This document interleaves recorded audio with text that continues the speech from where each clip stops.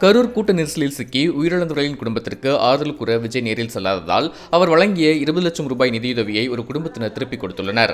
கரூரில் விஜய் பேரணியில் ஏற்பட்ட கூட்ட நெரிசலில் சிக்கி 41 பேர் பலியான நிலையில் விஜய் தரப்பிலிருந்து உயிரிழந்தவர்களின் குடும்பத்திற்கு 20 லட்சம் ரூபாய் நிதியுதவி அளிக்கப்பட்டது.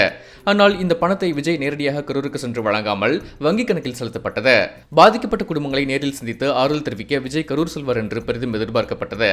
ஆனால் பாதிக்கப்பட்ட குடும்பங்களை கரூரில் இருந்து சென்னை அருகே உள்ள மாமல்லபுரத்திற்கு வரவழைத்து தனியார் விடுதியில் விஜய் சந்தித்தார். இந்நிலையில் கோடங்கிப்பட்டியை சேர்ந்த ரமேஷ் என்பவரது குடும்பம் மட்டும் விஜய் அனுப்பிய பணத்தை வாங்க மறுத்து மீண்டும் அவருக்கே திருப்பி அனுப்பியுள்ளனர்.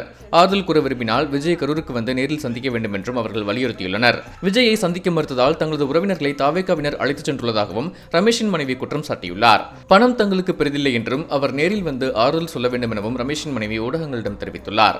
இந்நிலையில் பாதிக்கப்பட்ட குடும்பங்களை சென்னைக்கு அழைத்து வந்து ஆறுதல் தெரிவிக்கும் விஜயின் செயல்பாட்டை பலரும் கடுமையாக விமர்சித்து வருகின்றனர்.